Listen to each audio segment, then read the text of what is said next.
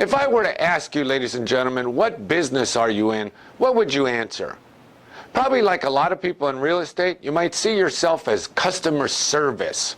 Or maybe you see yourself in the sales business or the marketing business. See, I believe you are in the people finding business. Every day, our job is to go out and find people that have a need to buy or sell real estate. See, really, we need to focus on three things: lead generation, lead capture, and lead conversion. That's all we need to focus on to build a successful real estate business. Now, what is a lead? Well, a lead is someone who has a potential need to buy or sell now or in the immediate future. Now, ladies and gentlemen, why do we need to spend time every day on business building activities? Why is it so important? Well, you've got to understand, to be successful, you've got to maintain a pipeline of potential prospects. Again, of those people that potentially have a need to buy or sell real estate, either now or in the immediate future. Ladies and gentlemen, it's a war out there. Do you understand? 17% of the agents are controlling 83% of the business. So for you to be part of that 17%, you've got to maintain a pipeline of people who have a need to buy or sell real estate. And let's face it, people can't call you if they don't know you exist. So I suggest you focus on sellers. See, if you focus on sellers, the buyers will ultimately come to you. Why? Why should I really focus on listings? See, ladies and gentlemen, I believe that if you focus on the sellers, the buyers will come to you.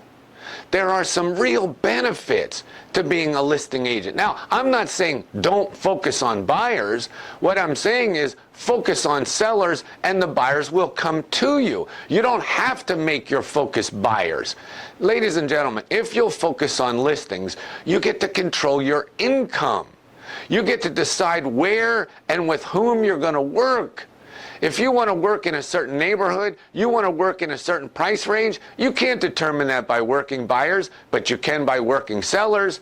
And it's easier to control your time by being a listing agent, because once you've got the listings under contract, somebody else will be working with the buyers in order to get it sold. So you can better control your time. And believe it or not, focusing on listings is a much higher conversion ratio.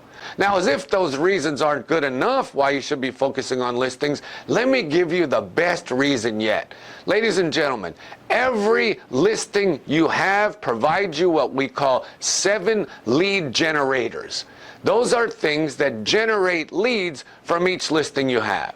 So you should be focusing on getting at least 1 lead from each of these sources. You should get 1 converted lead from your ad and internet inquiries. You should get 1 lead converted from sign calls. You should get 1 lead converted from your just listed notices. You should get 1 lead converted from your just sold notices. You should get 1 lead converted from open houses. You should get 1 lead converted from referrals that you get from the seller and you sellers who become buyers. So every listing provides you an opportunity to generate 7 other leads. So if you have 1 listing, you have 7 leads. If you have 10 listings, you have 70.